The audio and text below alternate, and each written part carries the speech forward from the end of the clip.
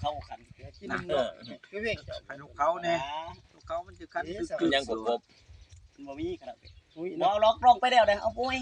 เจ้าได้กบมึงอย่าไปถ่ายตีนสองขาต้องการ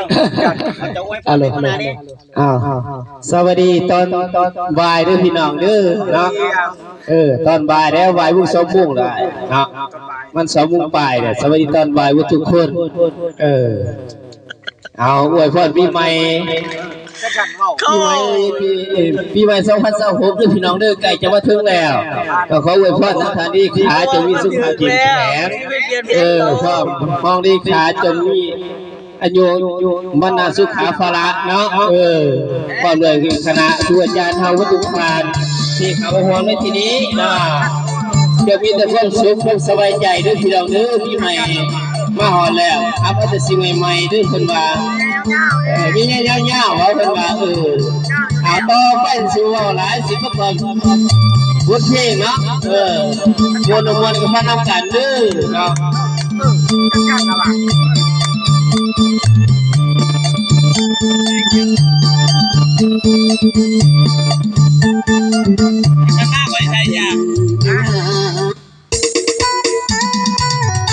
ใช้ยาไว้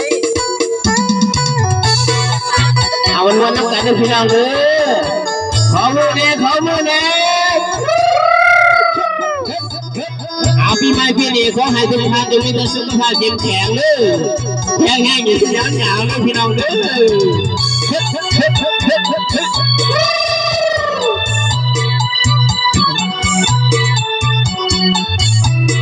คุณนายกคุณนายคนเดียวเลยก็ไม่คุณมาไม่เกี่ยวเลยเจ้าคือตรงนี้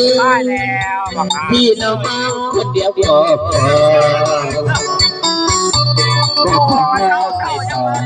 พอแล้วพอกับหัวใจให้น้องไปก่อนเพื่อก็มีในปลายน้องเป็นหญิงคนสุดท้ายก็อายแต่ย้อนความดีที่ตรงนี้เอาไว้ที่เจ้าเท่านั้นเป็นคนสำคัญขอตายเท่าสวงสีสะโพกที่ยังมาน้องสู่ทำให้เต็มที่ยอดสุดน้องนั้นทักดียามมีเคยร้ายใจขอหยุดเอาไว้การของความเพื่อเพื่อที่จะเส้นทางเดินกับน้องก็ต้องมีเจ้าคนเดียวเท่านี้ใครก็ภูมิใจโลกนี้คงมีใครมาแทนเจ้าได้แม่พันสีเดียวที่ตรงนี้ก็มีเส้นทางสายใหม่เธอปวดตื่นใจ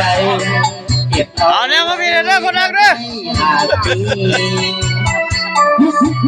น้องคนจริงคนใจผู้ชายคนนี้น้องเป็นเด็กที่แสนดีได้เป็นคนดีพวกน้องสุดเดียวเอาขอเสียงยืดใส่